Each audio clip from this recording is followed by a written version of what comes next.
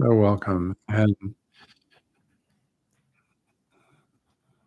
I guess I would say initially we're going to sit for a while.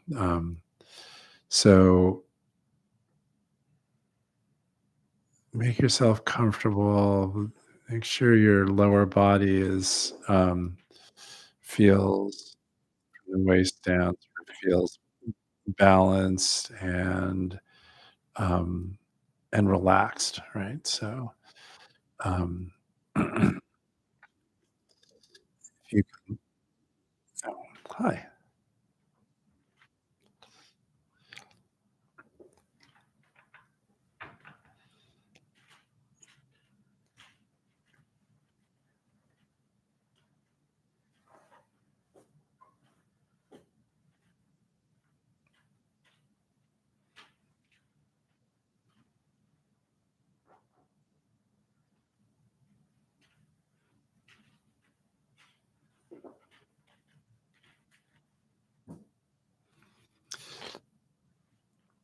Yeah, that's great.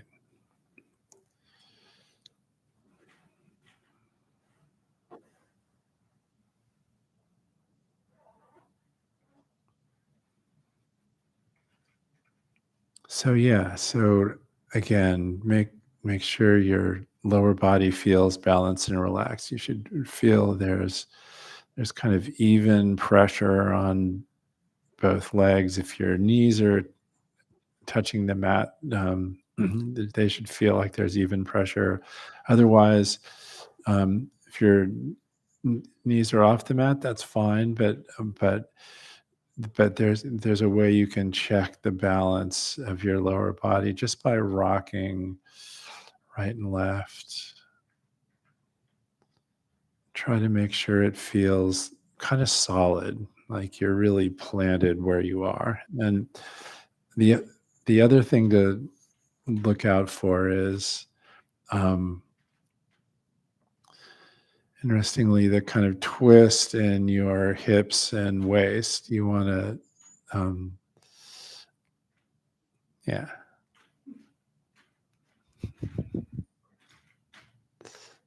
nice.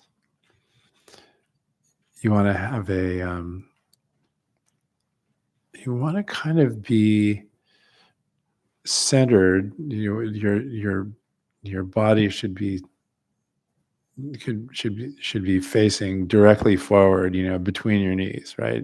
So if you were to um, draw essentially an isosceles triangle, um, the, that takes in your knees, the outer leg of that triangle should be parallel to the front of your body, sort of. It doesn't have to be exact. And no one's going to come around with some sort of measuring instrument, but it should feel like that anyway, right?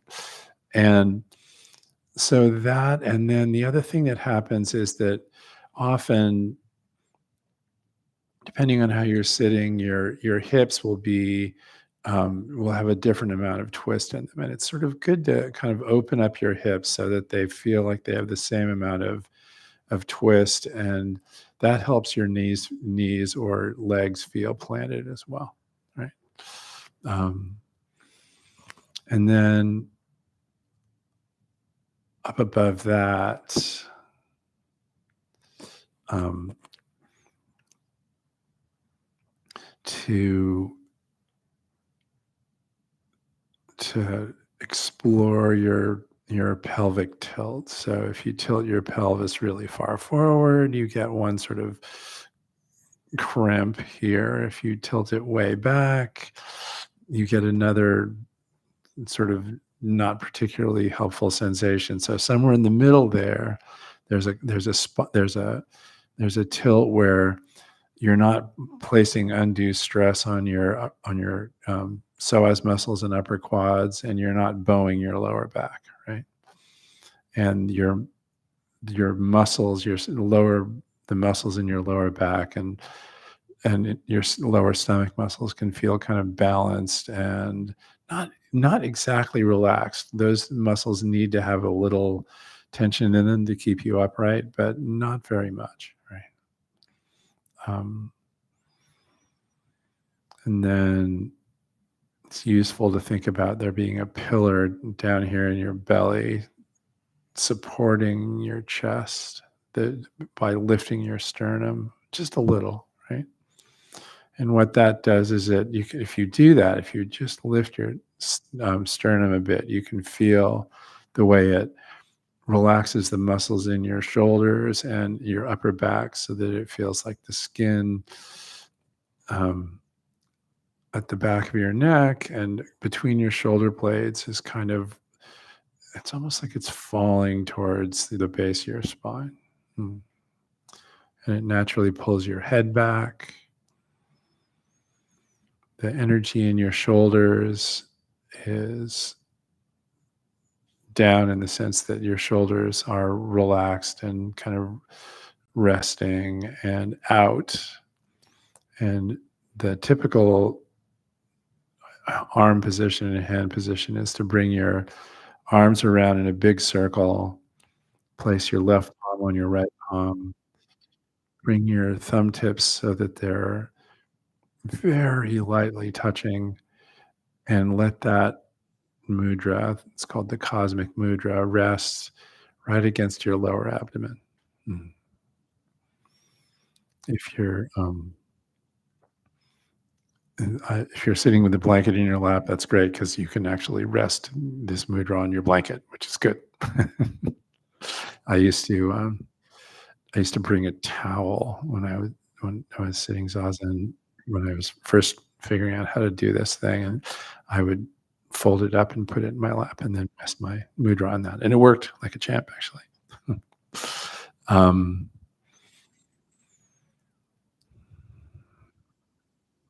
so open your eyes and let your gaze be downcast, soft,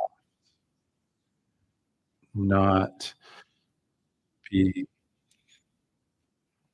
so much looking at anything as just seeing, just seeing. It's like the sense of hearing.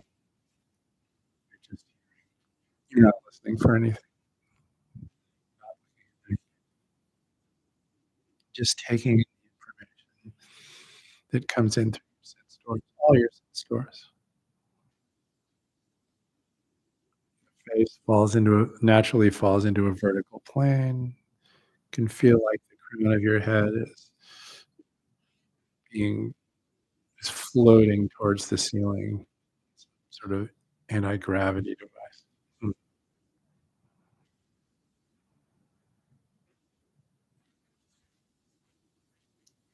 So in that position, try so there's a place down below your navel, right in the middle of your body, and in Japanese, they call it the hara. Maybe in Chinese, it's in tanden, right? Something like that. Um, so put your attention there, right, mm, inches below your navel, right in the middle of your body, right at the bottom of your brain.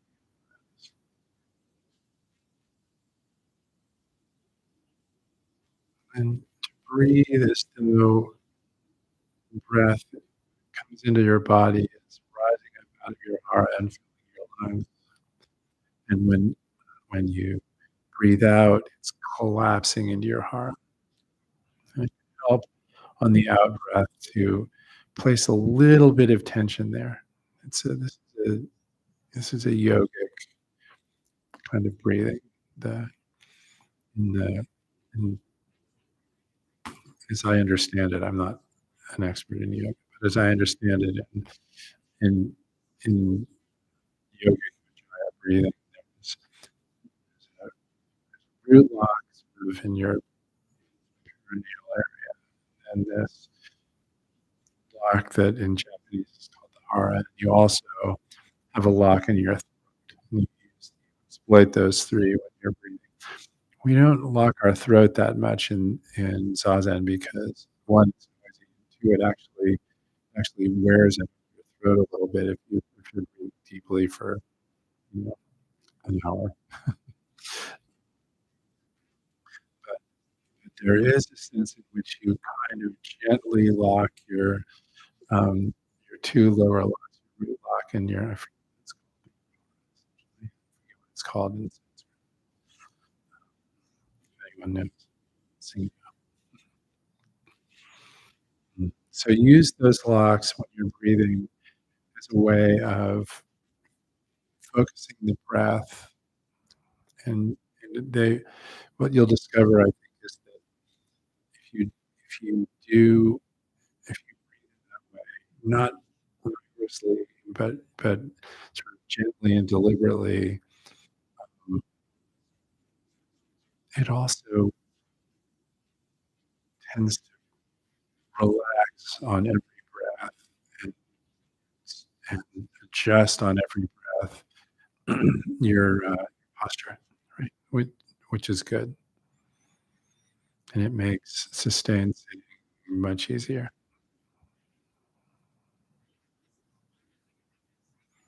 So just try that out for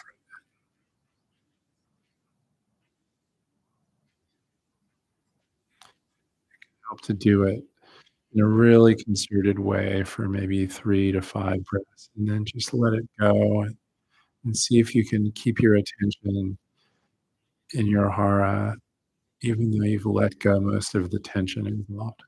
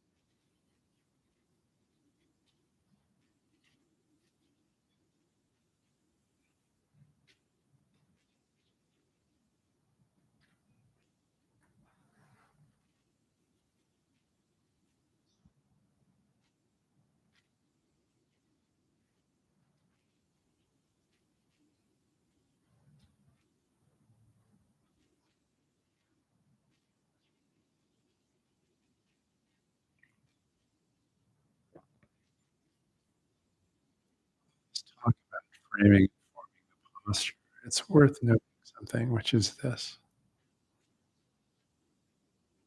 It can be really useful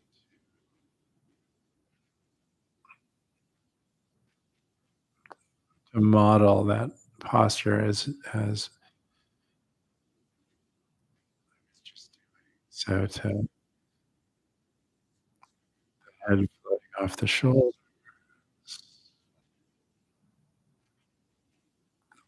of the chest,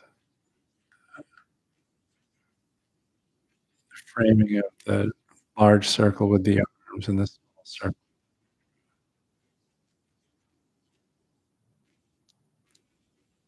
the tilt of the pelvis and opening the twists in your thighs, all of that stuff. And then when you do it,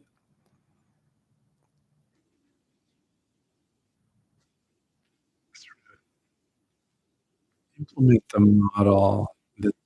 mental model that you have for that posture. And then as the last thing you do, just relax. Don't none of it needs to be a strain. It can help to explicitly relax it all just for a moment right after you frame the posture and sit with that relaxed attitude rather than effortful one. Mm.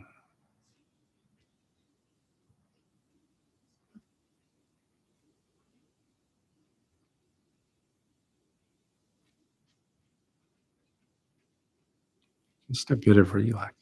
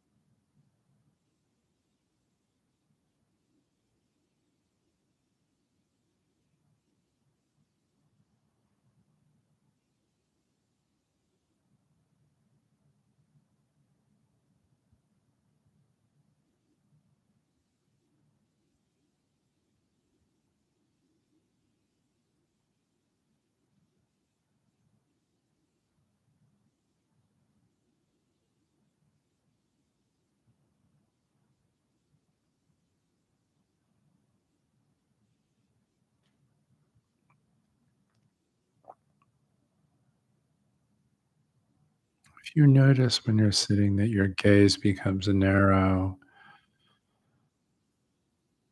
eyes tend to drift closed,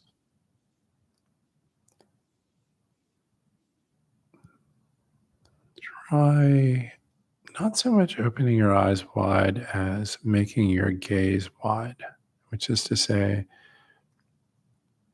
really, even though your eyes are relaxed and looking straight ahead, you can, in principle, take in a really broad field from left to right, right to left.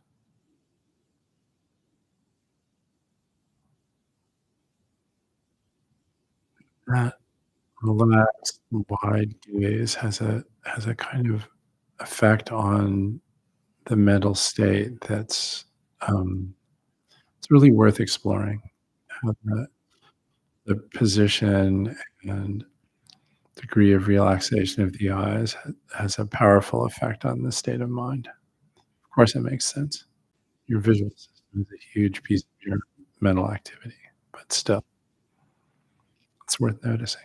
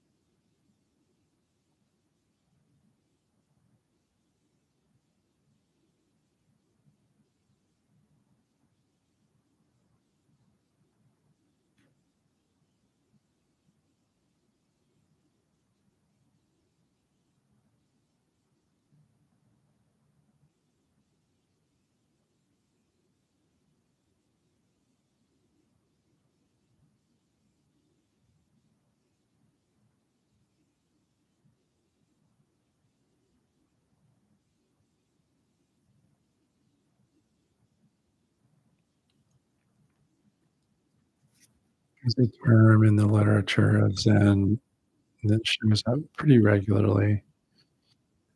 In Japanese, it's shikantaza, and it can be translated as just sitting.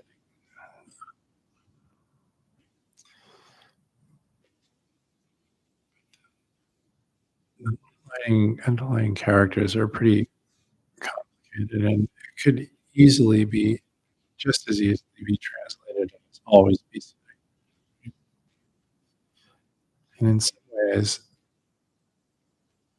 that's the primary request of this meditation is to always be sitting. That is to always be bringing awareness and engagement to the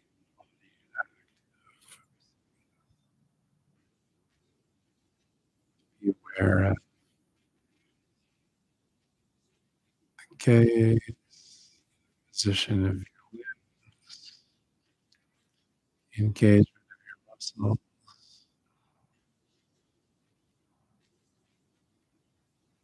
movement of the breath,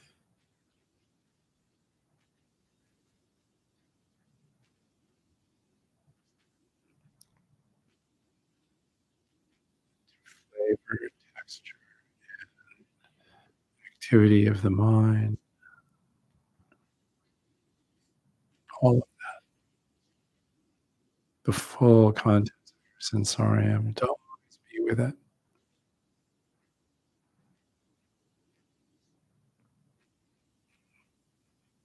And I find if you do that is that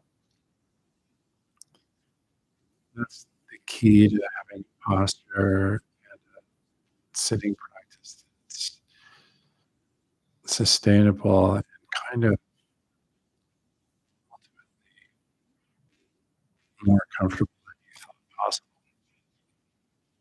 because that awareness and that allostatic adjustment that arises out of it, which can happen in the view of consciousness, right? It's possible to bring awareness to the body and notice in your hip, let's just bring your attention there. And if some movement is required to make it deliberately,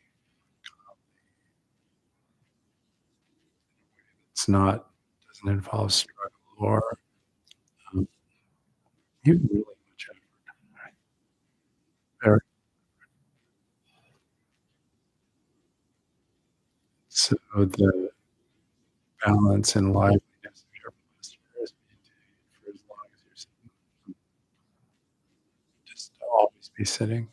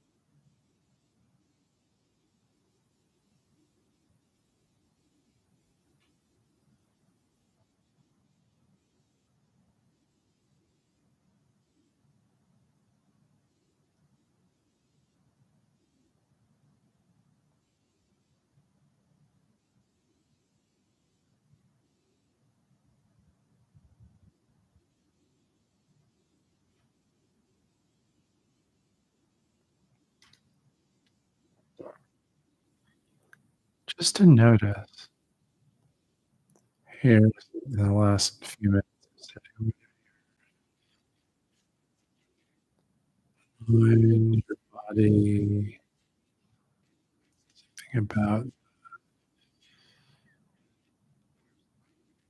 the level of activity, the type of activity is different from how it was when you started out. Doesn't have to be different, just into whether it is and so the differences.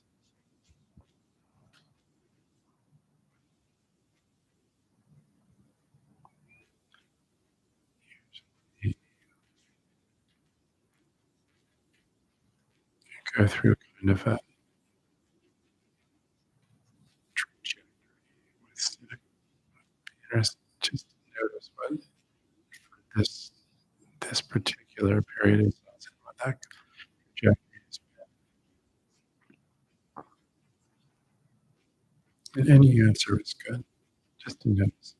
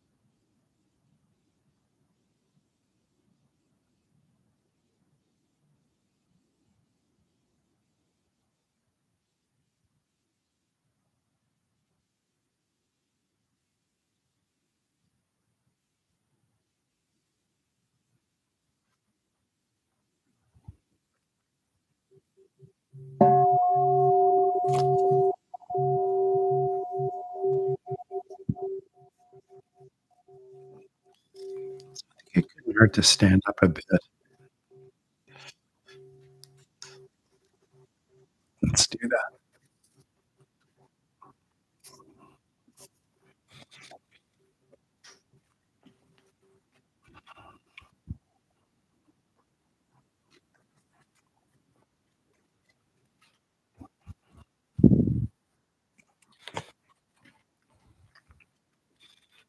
So let's do this.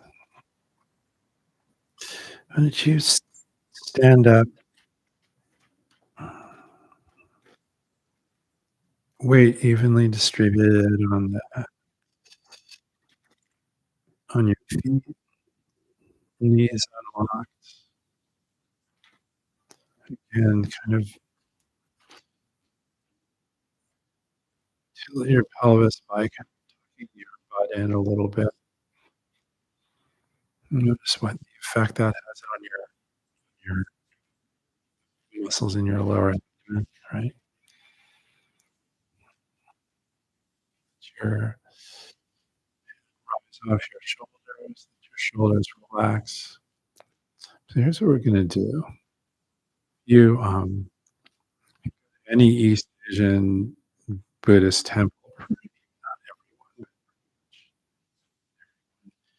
are these guardian figures at the gate, and um, there's usually one on either side, although not always. And one of them is doing this, and the other is doing this.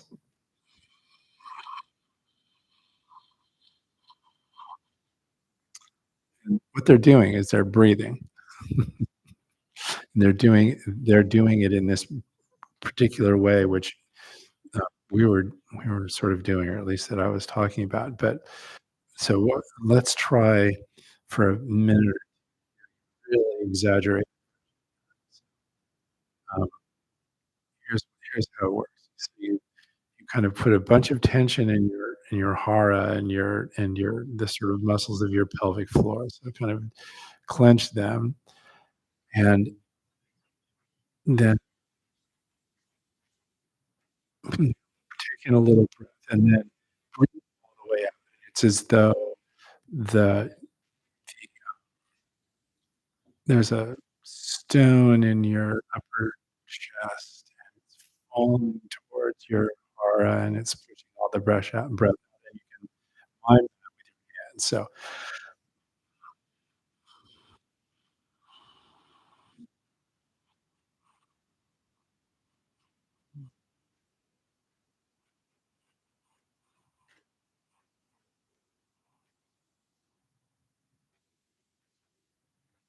when the breath is all the way out, pause, and then it's time to breathe in. So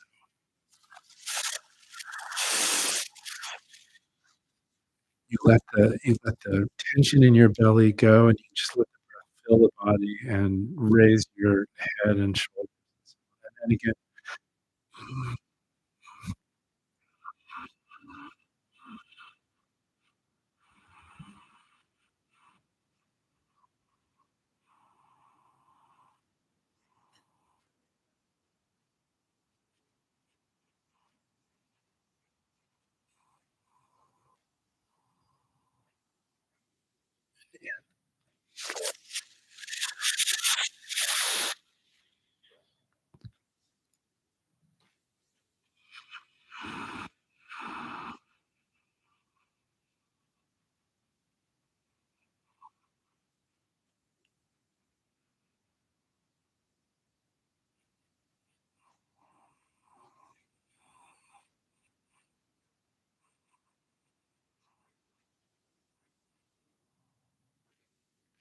okay, so you can breathe normally now. Mm, I don't know what you noticed about that, but I'll tell you a story about, years ago, workshop at San Francisco Zen Center, which is essentially a horror workshop. It's a it's a big deal in Japan, particularly in martial arts, but honestly, um, they also have it as a sort of exercise class at Japanese businesses, like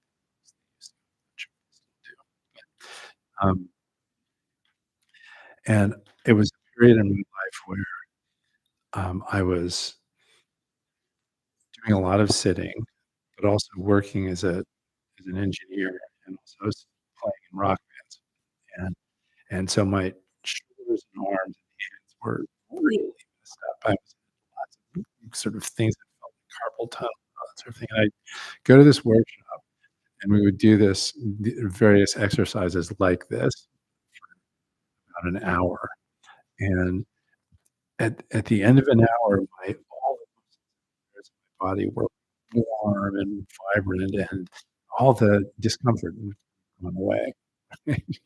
And I was like, right?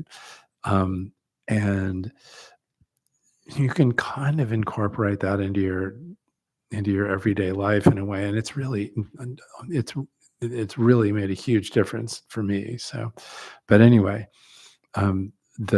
the body kind of warms up, and on pretty much on every breath, when you lock your heart and you breathe out, you can feel your upper body kind of aligning itself and stacking itself up kind of properly, right? It's kind of amazing, actually. It's good. So you don't have to stand out in the middle of the street and pretend to be a guardian figure, but sometimes you can do a subtle version of that just about anywhere, right? So, and you do, and the idea is that when you're doing Chikan Taza, when you're just sitting, when you're always sitting, right? Your breath is a subtle and not as loud version of that, basically, right? So, um, so I think we can sit back down. So make yourself comfortable.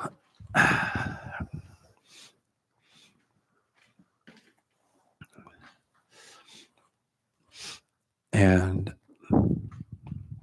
what's going on there?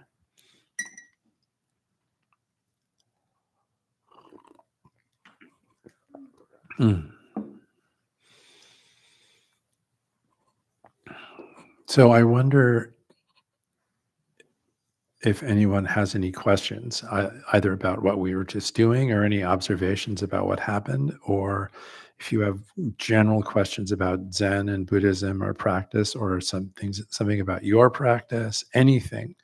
Now would be a good time to talk about it. So, any questions? How important is it to sit in this posture? I normally just sit in a chair when I meditate. Yeah, it's completely fine to sit in a chair, right? It's important to find a posture that works for you in the sense that it allows you to first and foremost feel both relaxed and sort of energetic and upright, right? You can do that sitting in a chair. You can even do it lying down, but it's really hard when you're lying down. But I've known people that have serious back problems and sit zazen lying down and have a perfectly like fruitful experience with it. So, but yeah, right. Yeah. Well, it's really good. It's really good to keep your eyes open because otherwise you could just drift away, right? But no. So seriously, it's sitting in a chair, um, even standing. When I did. There's this thing you do when you enter the monastery where it's called tangaryo in Japanese, and basically it's you sit almost continuously, long periods, like 4 or 5 hours at a time for a week. I think it's designed partly to increase the attrition rate, and they've been doing it since the Tang Dynasty in China, right? But it's very difficult, right? And the guy sitting next to me single-handedly shot his sciatic nerves in the course of the week. And so for the entire rest of the long practice period that we were there at the monastery, he had to sit zazen standing up because otherwise he'd sit down and his legs would start going, whoa. And it was not very good, right? So yeah, you can do it. You can do it standing up too. But sitting in a chair is great, and the main point is to always be sitting in the chair in the way that we were just doing, right? Yeah, absolutely. Anything else? I had a question about you were saying how you, especially as like an engineer, you had a lot of this sort of buildup of stiffness and pain and stuff, and Yeah. relief just from some of the breathing exercises. Yeah. So I've been an engineer for a long time and I've had similar issues. I guess what I'm curious about is like, there's so many different solutions to these kinds of problems. There's obviously like medical solutions, and then there's movement and physical therapy and stuff. One of the things I found is like, if I sit for a long time, then I start to like loosen up a lot. Yeah. And then some areas of pain will start pulsing more, as if like holding it up kind of made it manageable in some way. And then when you let go, it's like, oh God. So I'm curious, like, you found relief by focusing on the breath aspect of it, or was it like certain kinds of changing your mindset of how you're holding your body, or Yeah, I think so. I think all of that, right? But what I noticed was that that breathing in this kind of concerted way had a tremendous instant and really beneficial physiological effect, right?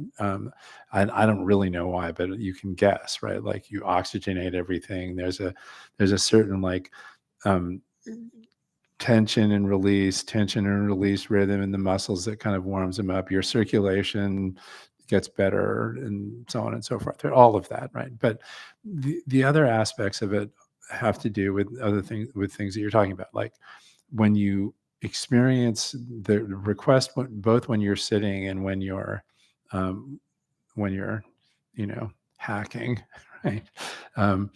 Is when you experience a uncomfortable sensation, to turn the attention to that uncomfortable sensation and really give it your full attention, right?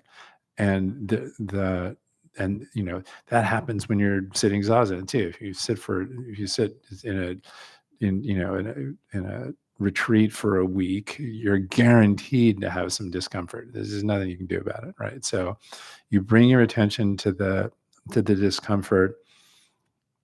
One of the things you'll notice is that if you do that, sometimes the discomfort goes away, not always.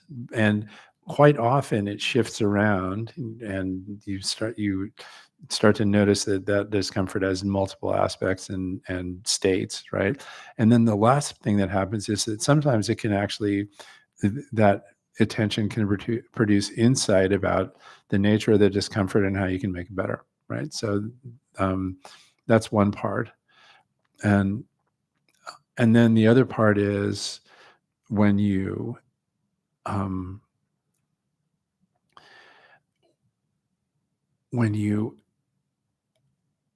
stay aware of your your body, and to a certain extent of your mind, it becomes clearer what you should be doing in order to stay comfortable. So, like my last job, my last hacking job, I started working as an engineer in 1980, and my last job was like the end of the like in I mean, when did I quit? Like I quit to be a priest sometime in like 2014 or something like that. And my last job was absolutely and unquestionably my best job, because for a lot of reasons, but mainly because um, of my practice, right? And one of the things that became obvious was that, you know, it doesn't matter how comfortable your ergonomic chair is. Sitting in your ergonomic chair all day is going to be bad, right? And so my body just naturally said, okay, it's time to go out and walk around a little bit now, and all that sort of thing. And that was tremendously helpful. But yes, it's all of those things. But the breathing can be tremendously beneficial. If you can incorporate it into your everyday life, it feels good, basically. Does that help? Or Yeah. yeah. I definitely can resonate with the last thing you said too. Like I've had an Aeron chair for a long time, Mhm. and like when I first got it, I was like, "This is great. It means I can sit on it for like 2-3 hours and not feel uncomfortable."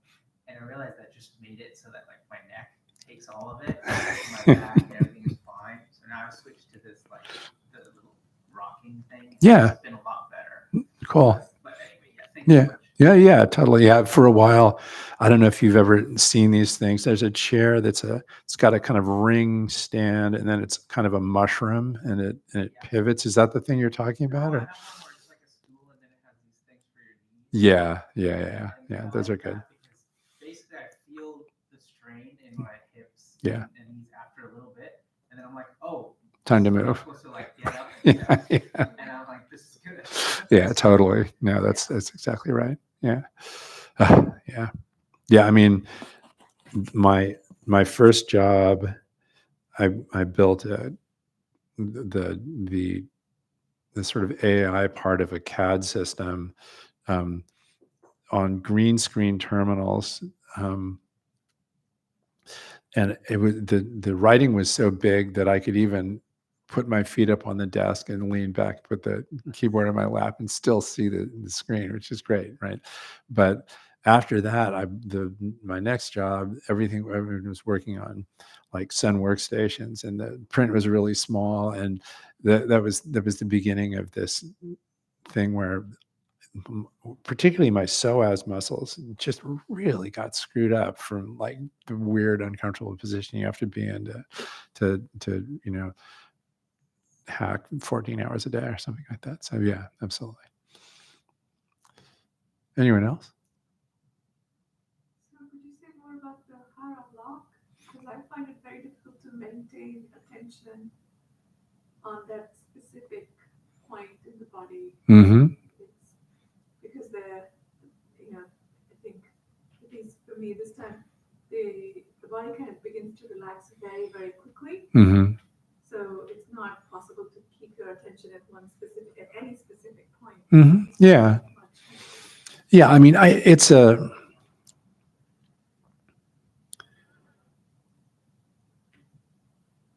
let's be clear that this kind of yogic style of breathing, it's a kind of form of artifice, right? So, it's an intentional intervention in the in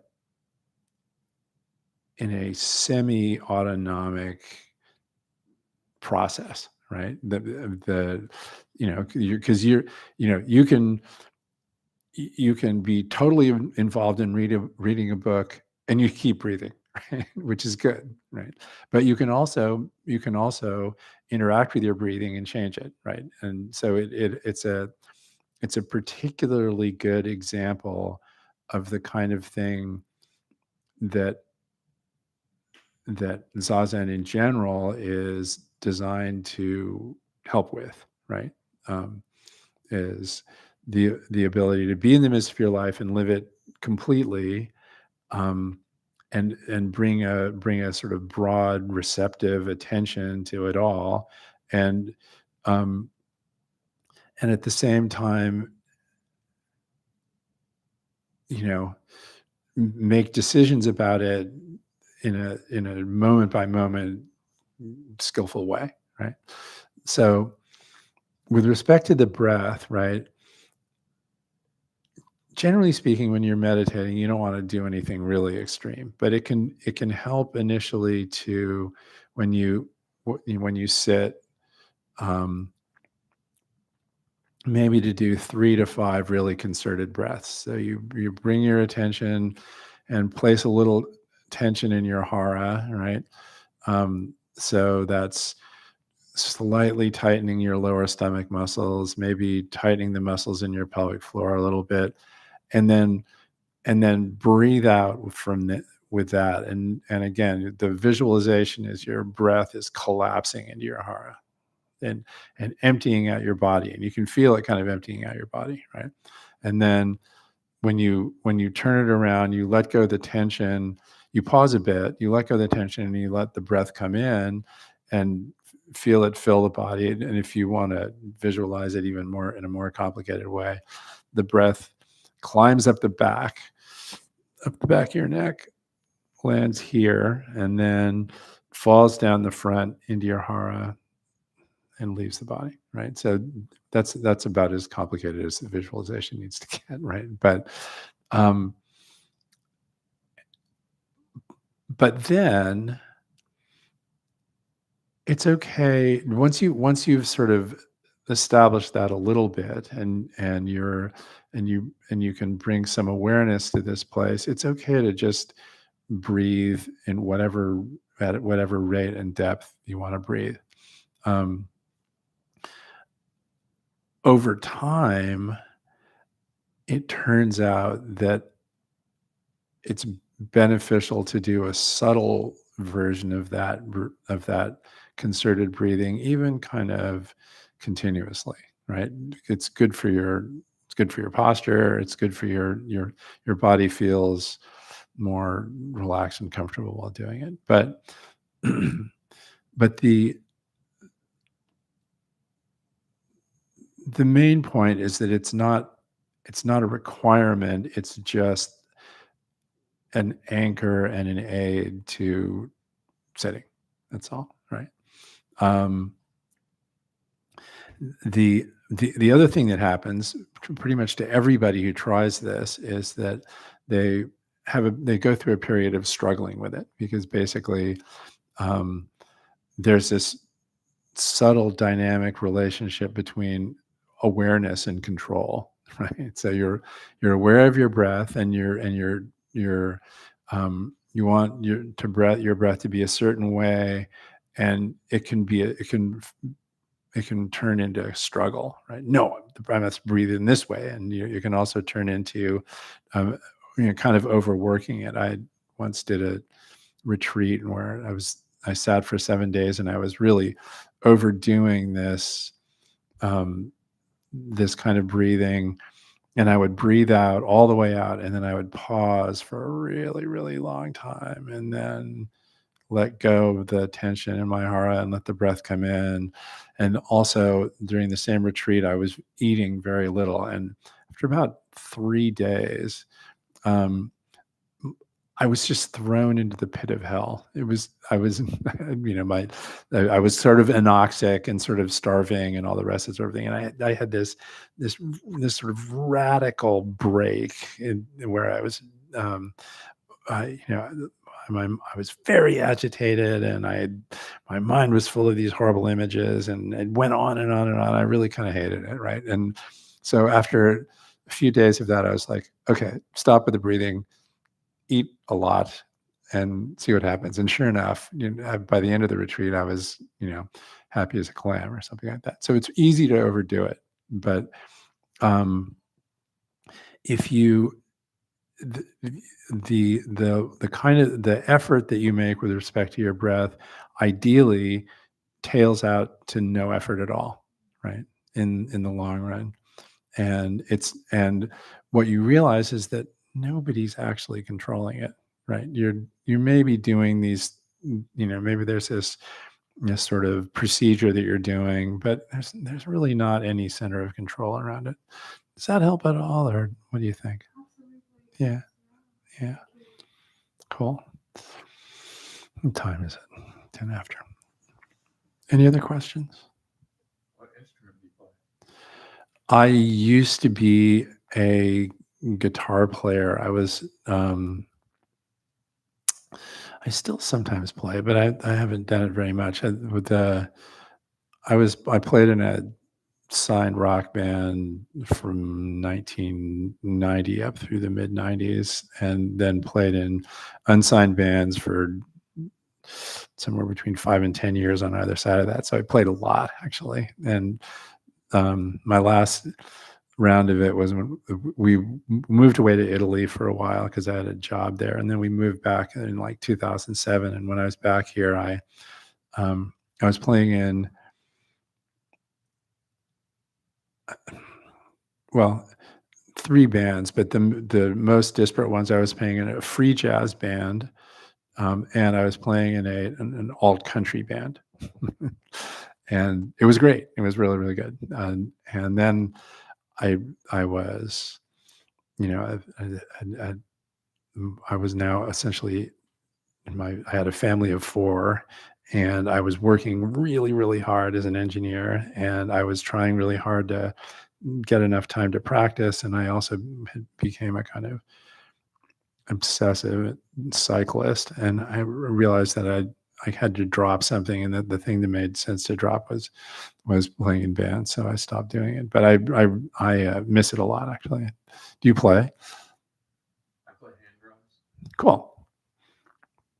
Yeah, the signed band I was in, we were called the Loud Family, and you can still find us on Spotify and stuff like that if you want. So yeah, definitely. And yeah, it was an amazing experience, actually. I heartily recommend it. But and we made records and toured and did all that. Went to the UK and played all over Canada and all that rest, that sort of thing. It was fun. So,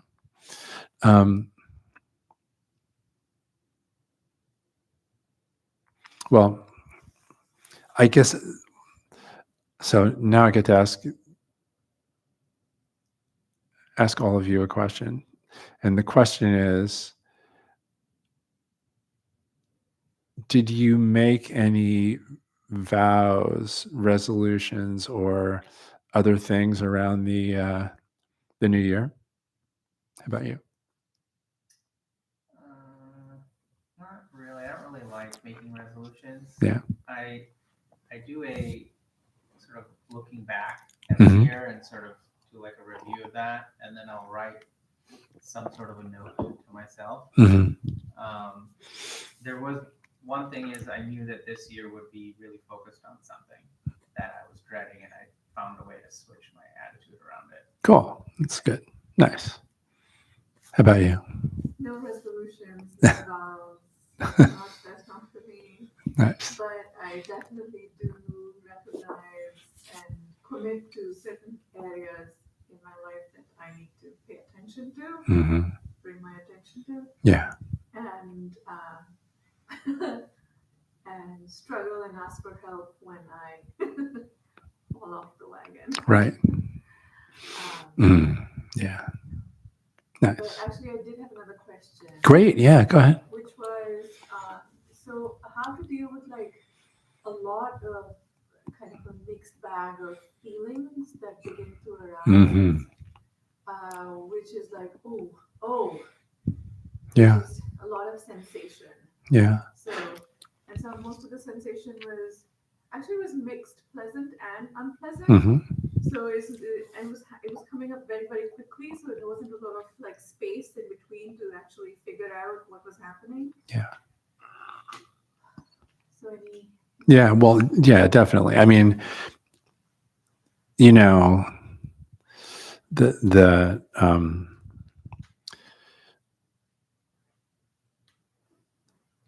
Sarvastivadin Abhidharmists in the few centuries before the beginning of the Common Era cooked up this complex and pretty good scheme for describing and explaining human subjectivity, right? And in their view, it all arises from there are these 5 roots or aggregates, which in Sanskrit are called the skandhas, right? And they're form, sensation, perception, mental formation, and volition, and consciousness, right? And the basis of it, the fundamental ground of it is that there you have the world of form, and in it there's your sensory hardware, and there's everything else, and your sensory hardware and everything else are constantly making contact, and sensations are arising, right? And interestingly, there's a neuroscientist named Lisa Feldman Barrett at Northwestern, I think. Northwestern, yeah, maybe. Who she's kind of a public radio personality these days, but her theory is that on the entire mirroring the Abhidharmists from 2,000 years ago, her theory is that the ground of our subjective experience is essentially this massive feedback loop between sensing and local control, right? Which is kind of awesome. So all this is to say that the more you pay attention, the more you realize that you live in a river of sensation, right? And it can be difficult, but here's been my experience with that. The almost always the request is to broaden your picture of the present moment as much as possible. So really attend to the whole body, right? and attend to the whole contents of your sensorium, right? And let your awareness expand to take it all in as much as possible. And as much as possible is a relative thing. Sometimes you're really tangled up in thought, and as much as possible isn't very much. And sometimes you can open your senses so wide that it's almost like you disappear, right? So that's been my experience is that the to train yourself to connect and open to the broadest possible version of the present experience is tremendously helpful, right? With that. It's just the spaciousness sometimes is not there. Right. Sometimes it's there, but it's Right. No, that's right. I think it can be because literally your sometimes your mental activity and sometimes your sensory activity really grabs a hold of your attention, right? And it can be very difficult to open up beyond that. So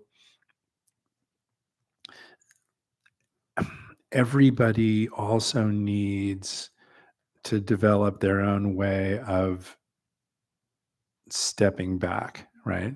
And kind of and everyone, most everyone does, right? But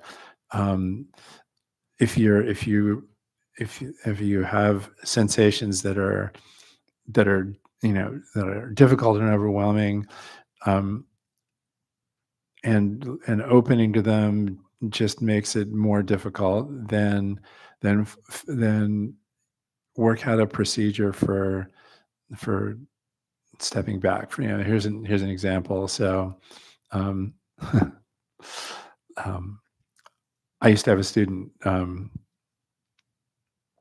who was roughly my age, and who was raised in a very strict charismatic Catholic household um,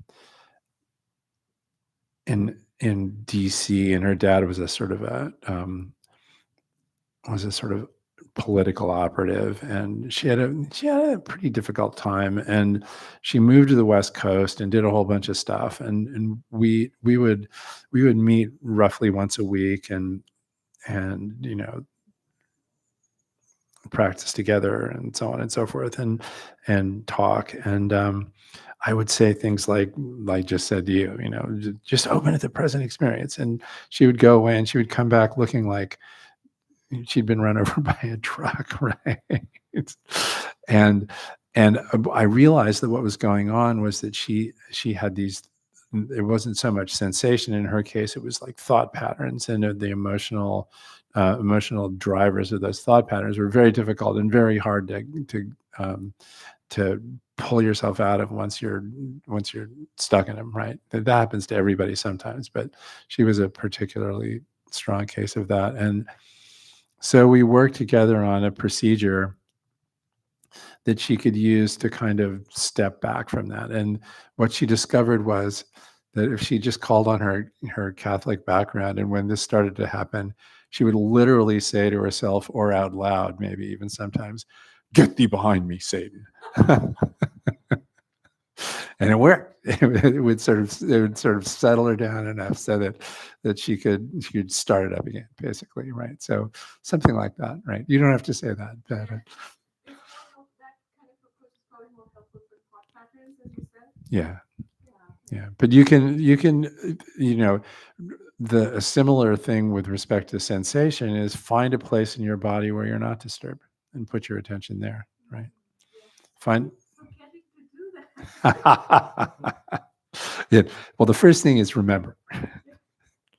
Right. Yeah, definitely. Well, I mean, so, remember sort of sounds like a resolution, right? But never. That can be my word for this year. Right. That would be nice. Yeah. Well, I mean, honestly, that's the function of Zazen practice, is that it's both an enactment of that process, and it's also a reminder, right?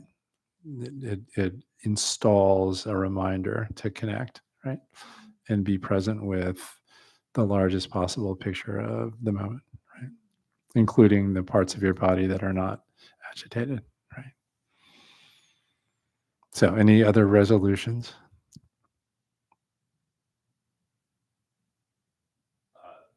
Just to, I think, get out more and Mhm. see more of the city, Yeah, nice. more of the surrounding area. That's a good one. Well, we're kind of running short of time. But what I was going to say about that, it's from the engineering world, you'll recognize this.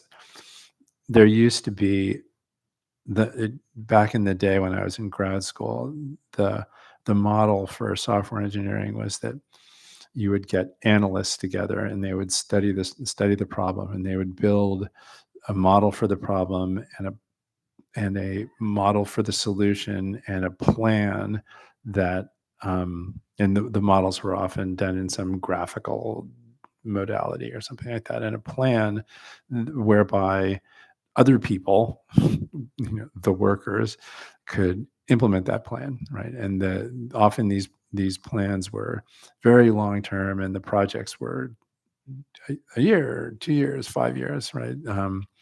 And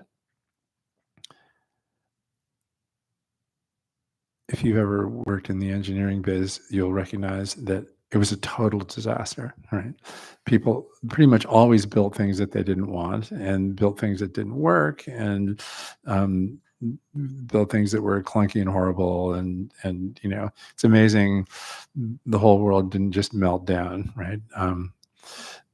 And so there was a big fight in the industry over the years, and in the end, the set of methodologies that won out um,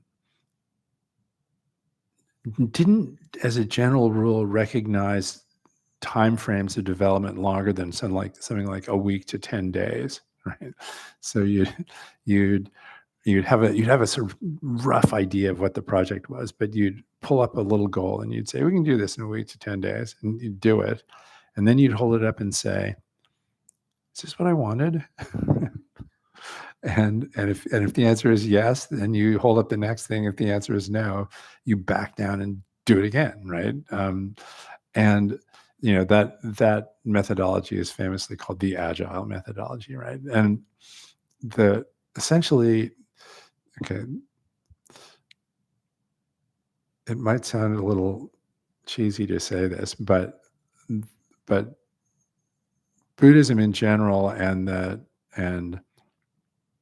Zen in particular are kind of the agile methodology for living, right? So they recognize, the value of aspiration. Like if you pick up the Zen literature and you start reading it, the very first koan in the Mumon Kan, the kind of central text that starts off study in at least one of the Zen schools, the Rinzai school.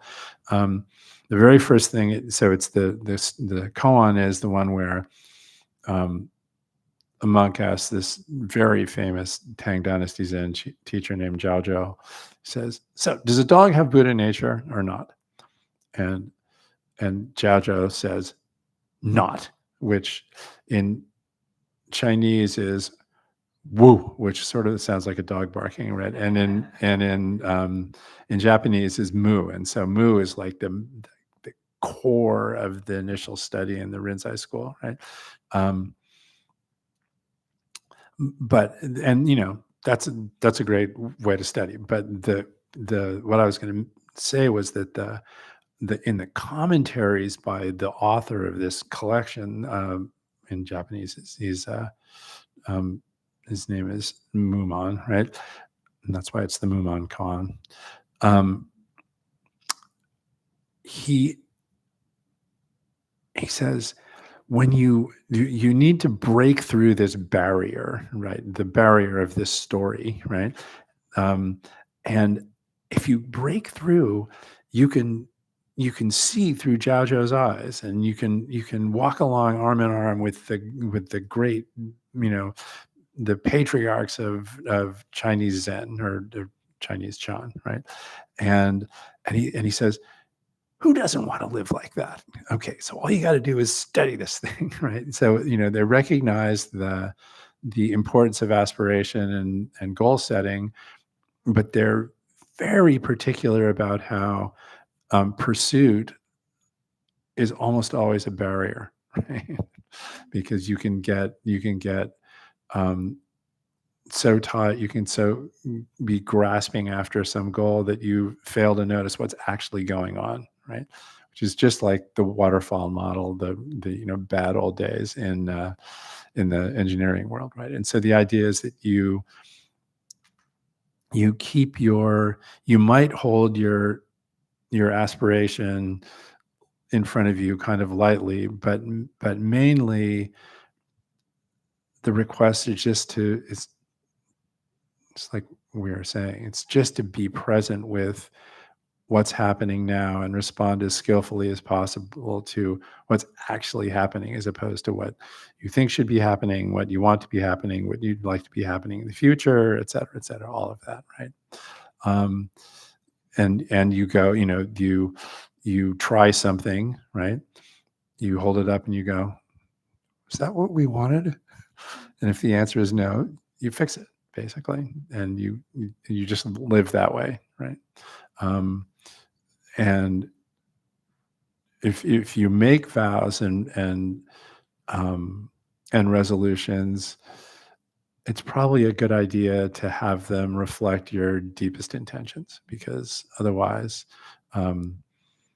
it's probably going to be messy. So anyway.